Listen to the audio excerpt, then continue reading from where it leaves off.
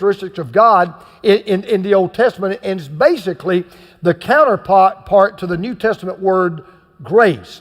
So it's kind of an equivalent. Is there anyone that I could show grace to in Saul's family? So here's David once again. We understand why he's a man after God's own heart, because he is reflecting the heart of God. If you could do open heart surgery on God, if that were possible, you would find a heart full of grace. See, this is not your kind of run-of-the-mill human kindness David's talking about. As a matter of fact, he clarifies this in verse 3. He says, is there no one still alive from the house of Saul to whom I can show God's kindness? I don't want to be just kind in a human way. I want to show this family member or members, whoever they might be, I want to show them the kindness of God. In other words, here's what David was really asking. Is there someone in the family of Saul that I can give the same grace to that God has given to me? And notice, he didn't just simply say, like, well, wait a minute now. Let me put it this way. Is there somebody qualified? Is there somebody deserving? Is there somebody that's earned it? Or is there somebody out there of Saul's family that if I do something for them, they can do something for me? He just said, is there anybody? Is there anybody out there that even though they've not earned it, they don't deserve it, I don't have to do it, they can't do anything for me, is there anyone out there that I can show the kindness and the grace of God? And so the story revolves around a man with one of the weirdest names you will ever hear. You probably never heard it before. His name was Mephibosheth. And I'm not making that up. That was the kid's name, Mephibosheth. Now, let's be honest. You either have to be drunk or in a bad mood to name a kid Mephibosheth, because not only is it a bad name, Mephibosheth, I mean, who wants to be nicknamed Fibber, right? So when you look at any story in the Bible, and we will look at this story, you always need to answer three questions. Number one, why is it in the Bible? This is a good question to ask. So why is this story even in the Bible? Number two, where is God in this story? You always want to ask that question. And then number three, where am I in this story? Now, here's what you're going to see. In David, you're going to see a picture of the Savior, Jesus. In Mephibosheth, you're going to see a picture of the sinner, you and me. And then in the entire story, you're going to see the picture of salvation. And what you're going to see is why God's grace is so amazing. Listen to what David does for Mephibosheth, and it's a perfect picture of the grace of God. Number one, because of grace, God approaches me. Because of grace, God approaches me. Now, in answer to David's question, a servant steps forward and he volunteers this information. Now, there was a servant of Saul's household named Ziba. They summoned him to appear before David, and the king said to him, "Are you Ziba?" "At your service," he replied. The king asked, "Is there no one still alive from the house of Saul to whom I can show God's kindness?" Ziba answered the king, "Well, there is still a son of Jonathan. He is lame in both feet." Now, keep in mind that the very name Mephibosheth means a shameful thing. And there's a reason for that. Even his name is going to clue us in that this guy, this Mephibosheth, Saul's son, he's really in actually his grandson, he's really in a bad way. He is in a shameful condition because remember, he was of the house of Saul. Now, Saul was a mortal enemy of David. And so from the time he was born, the culture and the society would have said, okay, you better hide because you are an enemy of David. You were born into the wrong family. You've been corrupted from the time that you were born. Well, how's that like us? We were all born, in one sense, into the wrong family. We were all corrupted by birth. We were all born on the wrong side of the tracks. You say, what do you mean? We were all born imperfect. We were all born unlike God. He is lame in both feet. Now, the reason why Mephibosheth is handicapped in this way is because when word came back when he was a little boy that Saul and Jonathan had been killed, the servants that were in the house taking care of Mephibosheth said, okay, we're in trouble. Now that Saul is dead and Jonathan is dead, we're the ones left in the family of Saul. David will come after us. He's going to kill us. And so his servant picks Mephibosheth up. He's 5 years old. She picks him up. She begins to run away with him, but somehow she dropped him. He landed awkwardly, and because of that, he permanently injured both of his feet. Now, the important thing is this. Why does Ziba add that comment? Why would she even say that? Why she didn't just say Mephibosheth? She said no. She called his name Mephibosheth, but then she said, oh, by the way, he's lame in both feet. Because she wanted David to know what he was getting into. See, he couldn't come to David. David had to come to him. He couldn't approach David on his own because you cannot come to the king without an invitation. So in other words, if there's ever going to be any relationship between Mephibosheth and David, David had to make the first move. David had to initiate the contact. David had to give the invitation. Now up front, we already know something. There's not one thing that David can do that Mephibosheth can do for David. David will have to do everything for Mephibosheth. But there's more. David asked another question. He said, well, where is he? And Ziba answered, he is at the house of Machir, son of Ammiel, in Lodabar. Now, it's amazing how the Bible is so descriptive of certain stories, and there's a lot of description here. We're told that he is in Lodabar. You know what the word Lodabar means? It means a place of no pasture. In other words, what that really means is, he's living on the backside of a trailer park out in the country that you really can't get to from here. He's on the backside of a desert. He is all alone, all by himself. So here was the grandson of a former king living in the middle of nowhere. He was not who he could have been. He didn't have what he should have had. He is a nobody going nowhere in a hurry. And not only did he not have any reason to ever think that of all people the king would come knocking on his door, the truth of the matter is he didn't want the king knocking on his door except to put him out of his misery. That would be the only reason the king would show up. He was a lot more concerned about a spear through his neck or a sword through his heart than he was about David showing up. But the unthinkable did happen. The king leaves the throne and approaches Mephibosheth just the way God approaches us, all because of grace. You remember this. You don't come to God first. God comes to us first, and it's all because of grace. But let me tell you, this story just gets better and better and better. See, because of grace, God approaches us. God approaches me. But because of grace, God accepts me. He doesn't approach me, He accepts me. Now, it's been 20 years since David became king. And it appears that Mephibosheth has been kind of living in hiding in fear for his life. He didn't just happen to move to this place called Lodabar. He thought, well, the king will never come here. Nobody will ever find me here. I can at least be safe here. And then came that day he had been dreading all of his life, the day he had nightmares about. There was a knock on his door.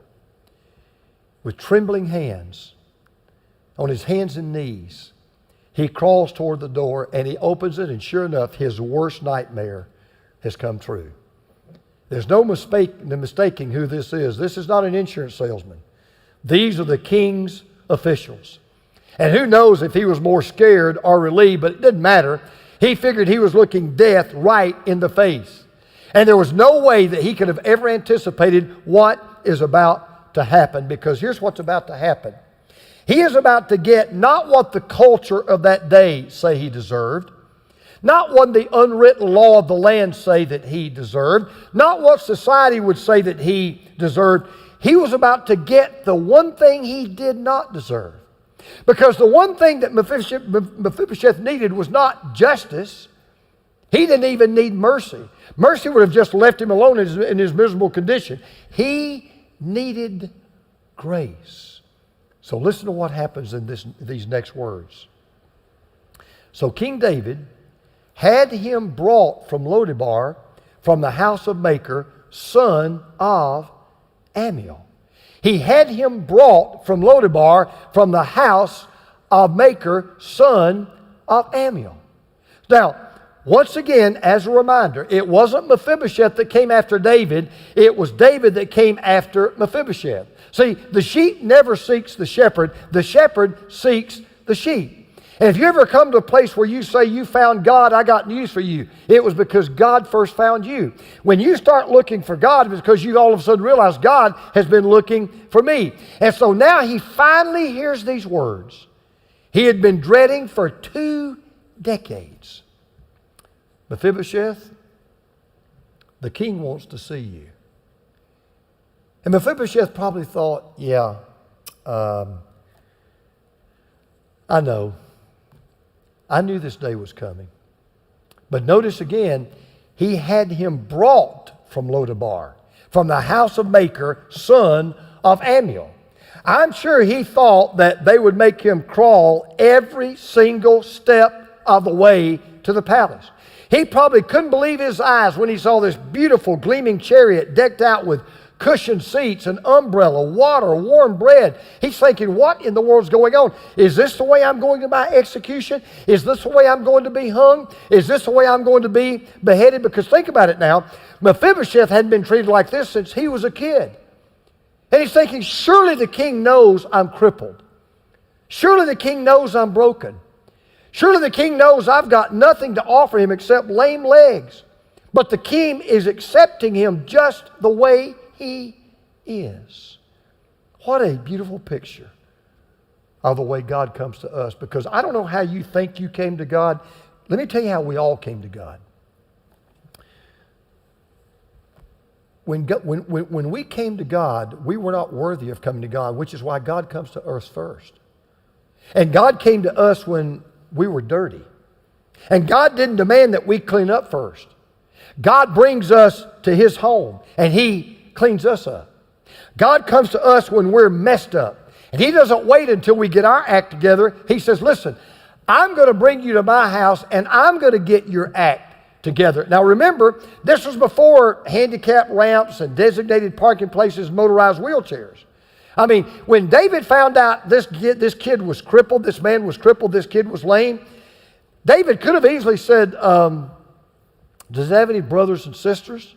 Is there anybody else I can show kindness to? I mean, what does Mephibosheth have? He has no wealth. He has no education.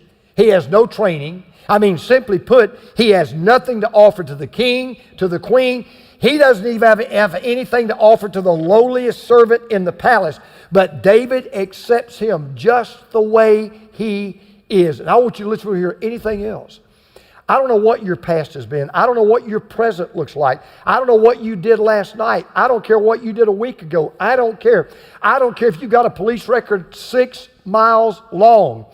God accepts us and God loves us just as we are. But the story gets still better. Because of grace, God approaches me. God comes to me. God makes the first move. Because of grace, God accepts me.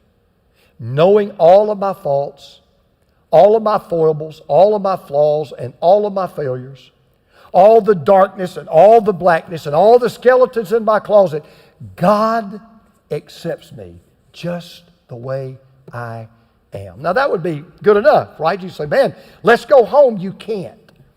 Because it gets still better.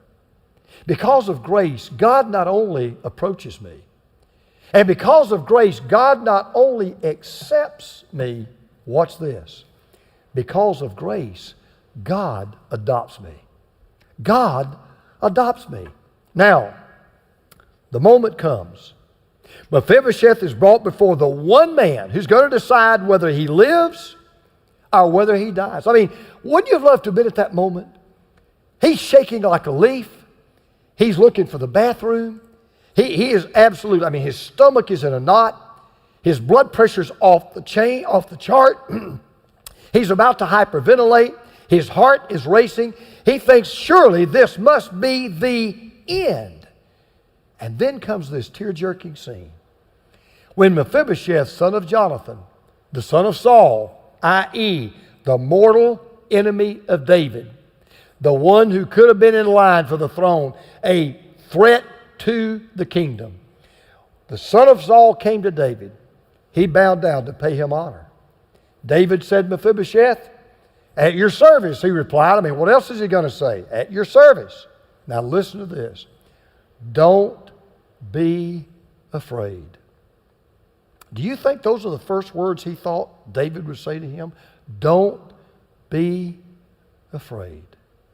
No, he was expecting David to say, is your will made out? Are you ready to die? How do you want it? He says, don't be afraid, David said to him, for I will surely show you kindness for the sake of your father, Jonathan. I imagine that Mephibosheth had already kind of gotten on his knees,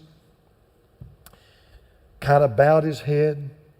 He's kind of waiting for the executioner's sword to fall. He's just known that he's knowing that he's just about to breathe his last. And then he hears David say, don't be afraid. His head jerks up. His eyes are wide as saucers. His ears are on high alert. He can't believe what he just heard. I mean, he certainly never expected the first thing he would hear out of the mouth of the king was, don't be afraid. You know what though? That's just like Jesus. That's just like Jesus.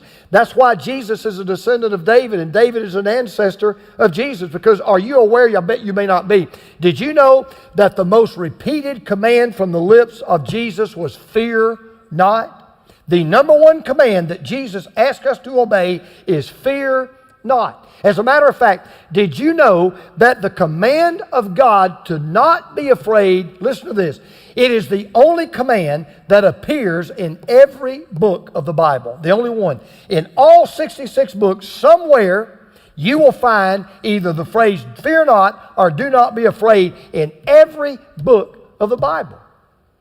But you're Mephibosheth, so you're wondering, wait a minute. Is David bluffing? Is he playing some kind of a sadistic game? Is he kind of just setting him up for the kill? I mean, does he really mean, hey, don't worry, it won't hurt very long? No. His hand extended to Mephibosheth does not hold a sword that kills. It holds a grace that heals. Now why? Why is he choosing to be so gracious to Mephibosheth? Because let me remind you one more time. Had Mephibosheth earned this kindness? No. Did Mephibosheth deserve this kindness? No. Did Mephibosheth buy this kindness? No. Was there anything Mephibosheth could do to work for this kindness? No. Then why in the world was David so kind, so gracious, so loving, so accepting of a cripple who could do nothing for him and who he owed nothing to? Listen carefully. For I will surely show you kindness for the sake of your father Jonathan. Now this is so important. Listen carefully. This is the real crux of this story. David did not do this for Mephibosheth. David did not do this for Saul. David didn't even do this for David. He did it for Jonathan. I am showing you kindness for the sake of your father, Jonathan. Now I want to ask you a question. Pop quiz. Ready? Why does God show us grace? Why does God forgive us of our sins? Why does God give us mercy instead of judgment? It's not. It is not because of what we do for Him.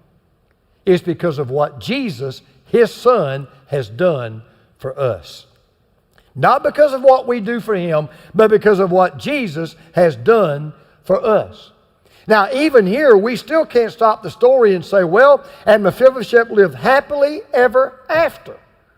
Because there's still one other thing David says. Now, listen to this. He says, I will restore to you all the land that belonged to your grandfather Saul, and you will always eat at my table. Do you see that phrase, eat at my table? That is a big deal in this story. And you say, well, how do you know it's a big deal in the story? Well, anytime something is repeated in Scripture, it's always a big deal. When it's repeated more than once, when it's repeated more than twice, but when it's repeated more than 3 or 4 times, it is a big deal. And in this story, in this chapter, that phrase is repeated 4 times. The king tells Ziba, who's now assigned to be Mephibosheth's full-time servant, okay, he says, and Mephibosheth, grandson of your master, will always eat at my table. Now Ziba had 15 sons and 20 servants. Then we read down in verse 13. And Mephibosheth lived in Jerusalem because he always ate at the king's table. But the most telling way that it's used is in verse 11. So Mephibosheth ate at David's table. How did he eat at David's table? Why did he eat at David's table? Like one of the king's sons. Now, do you understand what's just happened here? David has not just approached Mephibosheth. David has not just accepted Mephibosheth. David has adopted Mephibosheth. He said, son, my home is now your home. My family is now your family. You don't just visit here, you live here. Why? All because of Jonathan. Not because of you, not even because of me, but all because of Jonathan. And because of Jonathan, Mephibosheth now has fellowship with the king. For Mephibosheth now has the fortune of the king. And Mephibosheth is now a part of the family of the king. I want to give you a news flash. It's all because of Jesus that we can have fellowship with God. It is all because of Jesus that we have the fortune of God. It's all because of Jesus that we're now a part, or can be a part, of the family of God. See, we've got a seat at the table. And just like lame, disabled Mephibosheth, who couldn't believe it. Can you imagine the first time he went to eat? The first time the dinner bell rang? He walks in and he can't believe it. There's David's beautiful daughter, Tamar. There's his handsome son, Absalom. And then comes walking in the brilliant heir to the throne, the PhD, the scholar, Solomon.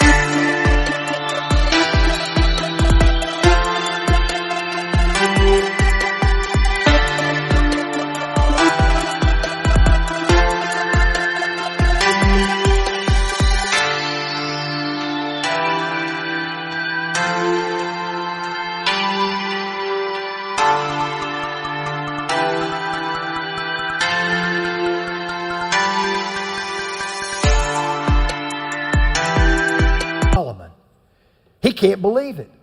He's sitting next to the king, to Absalom, to Solomon, to Tamar. He's got a seat at the table. And just like Mephibosheth, one of these days we can have a seat at the table.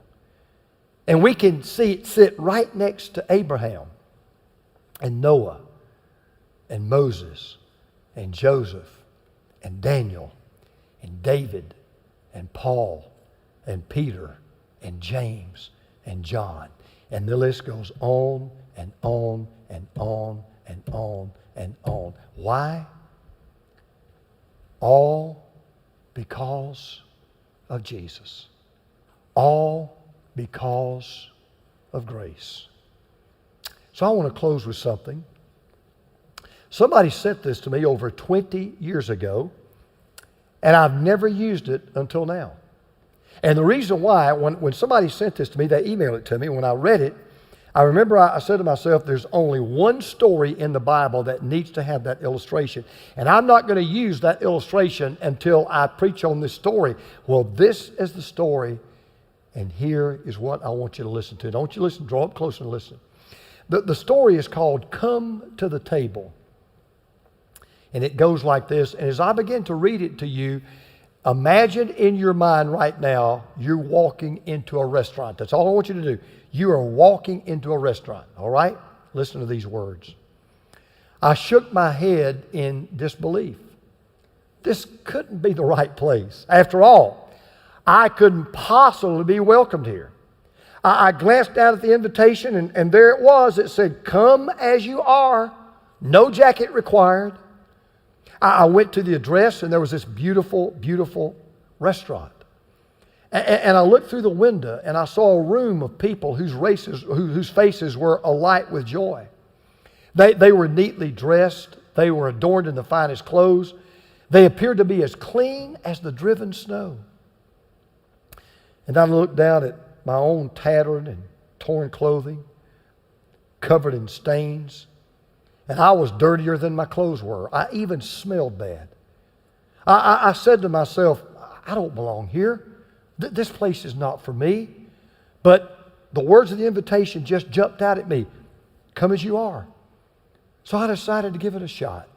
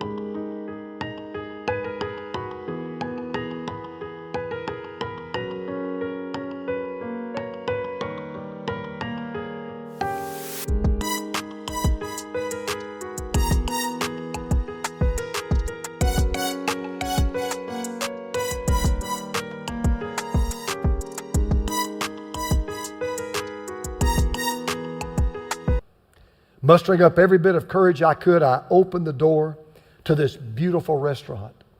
And I walked to a man standing behind a podium. He said, your name? I said, James Merrett. I couldn't even look him in the eye. I was so ashamed of my appearance. He didn't seem to notice the filth I was covered in. He said, oh yes, there's a table for you and a seat with your name on it. For me? Yes, for you. He led me to a table. And sure enough, there was this beautiful place card with my name written on it in deep, dark red. I looked over the menu and I couldn't believe what they were serving. Things like peace and joy, and love, mercy, blessings. I quickly realized this was no ordinary restaurant. I flipped the menu to the back to the front of the order to see what the name of the restaurant was, and it was called God's Grace. Well,